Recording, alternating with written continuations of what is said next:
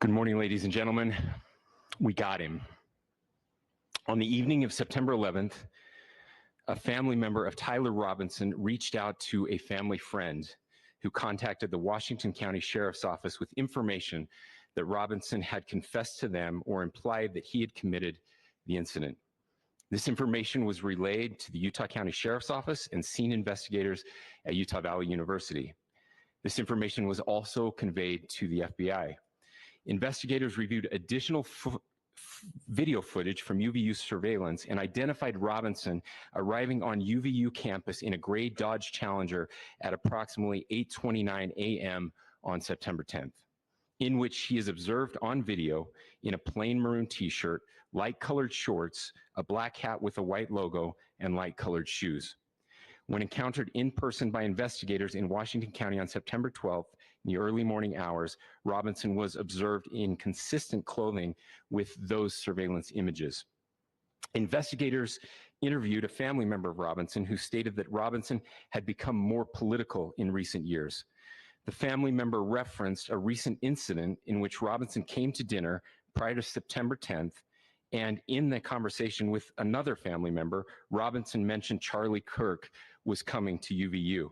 They talked about why they didn't like him and the viewpoints that he had. The family member also stated Kirk was full of hate and spreading hate. The family member also confirmed Robinson had a gray Dodge Challenger. Investigators identified an individual as the roommate of Robinson. Investigators interviewed that roommate, who stated that his roommate, referring to Robinson, made a joke on Discord. Investigators asked if he would show them the messages on Discord. He opened it and showed several messages to investigators and allowed investigators to take photos of the screen as each message was shown by Robinson's roommate.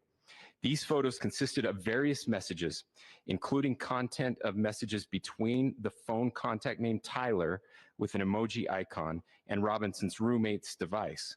The content of these messages included messages affiliated with the contact Tyler, stating a need to retrieve a rifle from a drop point, leaving the rifle in a bush, messages related to visually watching the area where a rifle was left, and a message referring to having left the rifle wrapped in a towel.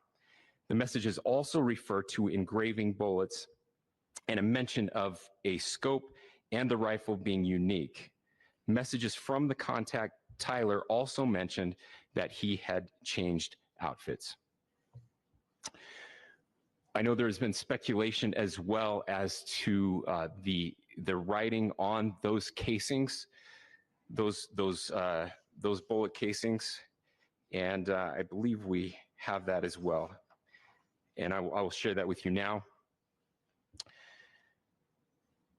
So the area north of Campus Drive Road where the suspect crossed over, you saw some of that in the video that we released last night, consists of a grassy area with trees on the edge of the UVU campus.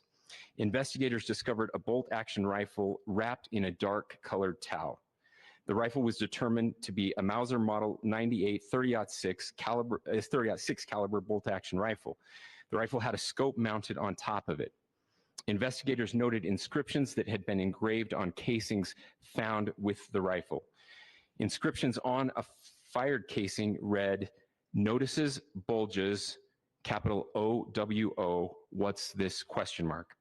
Inscriptions on the 3 unfired casings read, "Hey fascist, exclamation point, catch, exclamation point." Up arrow symbol, right arrow and symbol, and 3 down arrow symbols. A second unfired casing read, "Oh Bella Chow, Bella Chow, Bella Chow, Chow Chow." And a third unfired casing read, "If you read this, you are gay, LMAO." We are indebted to law enforcement across the state who's worked seamlessly together, local law enforcement, state law enforcement, and our federal partners with the Federal Bureau of Investigation. We're grateful for everyone who worked together in such a short amount of time to find this person and to bring justice. I want to thank the public who has been so engaged, reviewing videos, helping us with sending in tips, and helping us get to this point. I want to thank the family members of Tyler Robinson who did the right thing in this case and were able to bring him into to law enforcement as well. I especially want to thank the family of Charlie Kirk, Erica, Charlie's parents, his children. I want us to be thinking of them as we bring justice in this case. They will be involved in that justice. We will be working very closely with them as we move through this process as well. This is a very sad day for our country, a terrible day for the state of Utah, but I'm grateful that at this moment we have an opportunity to bring closure to this very dark chapter in our nation's history.